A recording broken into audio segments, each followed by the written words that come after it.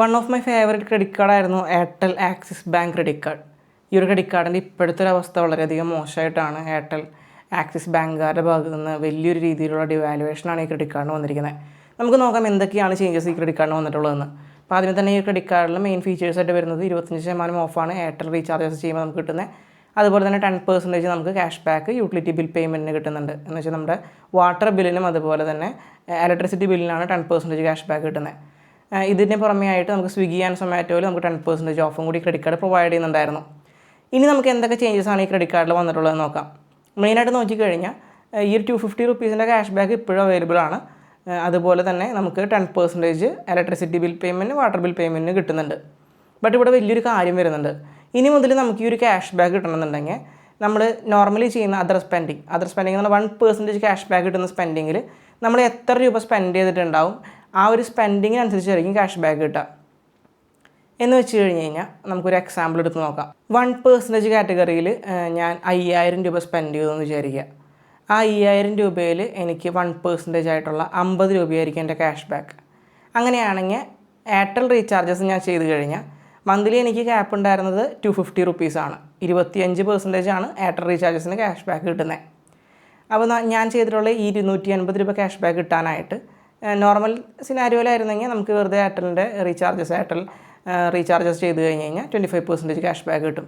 ഇനി എങ്ങനെയാണെന്ന് വെച്ച് കഴിഞ്ഞ് കഴിഞ്ഞാൽ 1% ആയിട്ടുള്ള ഇപ്പോൾ ഞാൻ 5000 രൂപയാണ് സ്പെൻഡ് ചെയ്തതെന്ന് പറഞ്ഞു. അപ്പോൾ അതിലെങ്കിൽ 50 രൂപയാണ് ക്യാഷ് ബാക്ക്. അങ്ങനെയാണെങ്കിൽ 50 × 2 അപ്പോൾ 100 രൂപയാണ് മാക്സിമം എനിക്ക് എയർടെൽ ആക്സിസ് ബാങ്കിൻ്റെ ഭാഗത്തു നിന്ന് എയർടെൽ റീചാർജസിന് ക്യാഷ് ബാക്ക് കിട്ടുന്നത്. അപ്പോൾ മാക്സിമം ക്യാഷ് ബാക്ക് ആയിട്ടുള്ള 250 രൂപ മാസം കിട്ടണമെന്നുണ്ടെങ്കിൽ നമ്മൾ മന്ത്ലി ഒരു 12,500 രൂപയ്ക്കുള്ള അതർ ട്രാൻസാക്ഷൻസ് ചെയ്താലാണ് നമുക്ക് 1% ക്യാഷ് ബാക്ക് ആയിട്ടുള്ള 150 റുപ്പീസ് കിട്ടുക. ഈ ഒരു 150 റുപ്പീസിൻ്റെ ഇൻറ്റു 2 നോക്കി കഴിഞ്ഞ് കഴിഞ്ഞാൽ നമുക്ക് 250 രൂപ കിട്ടുക. അപ്പോൾ 12,500 രൂപ ട്രാൻസാക്ഷൻ ചെയ്യണം. അപ്പോൾ നല്ലൊരു സ്പെൻഡിങ് ഇനി ഈ ക്രെഡിറ്റ് കാർഡിന് ആവശ്യമുണ്ട്. അപ്പോൾ നല്ല രീതിയിൽ തന്നെ ഈ ക്രെഡിറ്റ് കാർഡ് ഡൗൺ ആയിട്ട് വന്നിരിക്കുകയാണ്. നല്ലോണം ഡിവാലുവേഷൻ ഈ ക്രെഡിറ്റ് കാർഡ് ചെയ്തിട്ടുണ്ട്. ഏറ്റവും ബെസ്റ്റ് ക്രെഡിറ്റ് കാർഡായിരുന്നു എയർടെലിൻ്റെ ഈ ആക്സിസ് ക്രെഡിറ്റ് കാർഡായിരുന്നു.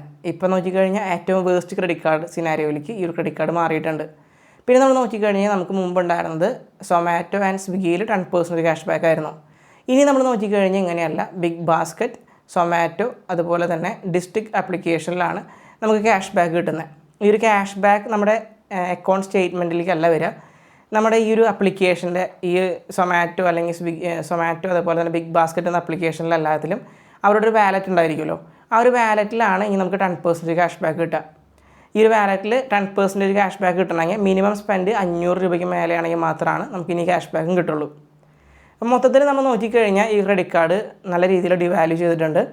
ഇനി നല്ല രീതിയിൽ സ്പെൻഡ് ഉള്ള ആളാണെങ്കിൽ അതർ സ്പെൻഡിങ് കാറ്റഗറീസിൽ നല്ല രീതിയിൽ സ്പെൻഡ് ഉണ്ടെങ്കിൽ ഒരു 25,000 രൂപയൊക്കെ മാക്സിമം ഒരു മാസം യൂസ് ചെയ്യാൻ പറ്റുമെന്നുണ്ടെങ്കിൽ അതർ സ്പെൻഡിങ് കാറ്റഗറിയിൽ അങ്ങനെയുള്ളവർക്ക് ഈ ഒരു ക്രെഡിറ്റ് കാർഡിൽ മുമ്പുള്ള ക്യാഷ് ബാക്കുകളെല്ലാം അതുപോലെ തന്നെ കിട്ടും.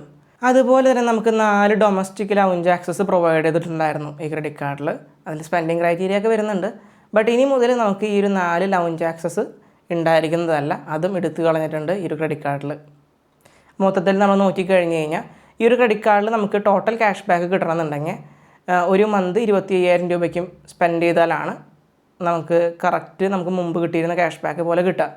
ഇനി നമ്മൾ 12,500 രൂപ സ്പെൻഡ് ചെയ്യുന്നുണ്ടെങ്കിൽ ഈ ഒരു ക്രെഡിറ്റ് കാർഡ് വഴി സ്പെൻഡ് ചെയ്യുന്നുണ്ടെങ്കിൽ നമുക്ക് എയർടെൽ റീചാർജസിൻ്റെ 250 രൂപ ക്യാഷ് ബാക്ക് കിട്ടുന്നതായിരിക്കും. അപ്പോൾ നിങ്ങളുടെ വിലയേറിയ അഭിപ്രായങ്ങൾ നിർദ്ദേശങ്ങൾ തീർച്ചയായിട്ടും കമൻറ്റ് സെക്ഷനിൽ കമൻറ്റ് ചെയ്യുക. അപ്പോൾ എനിക്ക് എന്തായാലും ഈ ഒരു ക്രെഡിറ്റ് കാർഡ് വാല്യുവേഷൻ വളരെയധികം എഫക്റ്റ് ചെയ്തിട്ടുണ്ട്. കാരണം എനിക്ക് ഈ ഒരു ക്രെഡിറ്റ് കാർഡ് വഴി മന്ത്ലി ഒരു 500-600 രൂപ സുഖമായിട്ട് കിട്ടുന്നതായിരുന്നു. ഇനി നമുക്ക് ഇത് കിട്ടണമെന്നുണ്ടെങ്കിൽ നല്ല രീതിയിലുള്ള സ്പെൻഡിങ് ആവശ്യമായിട്ടുണ്ട്. അപ്പോൾ എൻ്റെ ഒരു കാറ്റഗറിയിൽ ഞാൻ നോക്കിക്കഴിഞ്ഞാൽ എനിക്ക് അങ്ങനത്തെ അതർ കാറ്റഗറീസിൽ സ്പെൻഡിങ് അത്ര വരുന്നില്ല. അപ്പോൾ നിങ്ങൾക്ക് എങ്ങനെയാണ് ഈ ഒരു കാര്യത്തിൽ നിങ്ങളുടെ അഭിപ്രായം എന്താണെന്നുള്ളത് തീർച്ചയായിട്ടും നിങ്ങൾ പറയുക. ഈ ഒരു വീഡിയോ ഇഷ്ടപ്പെട്ടാണെങ്കിൽ തീർച്ചയായിട്ടും ലൈക്ക് ചെയ്ത് ഷെയർ ചെയ്ത് സബ്സ്ക്രൈബ് ചെയ്ത് സപ്പോർട്ട് ചെയ്യുക. Swipe smart and leave better.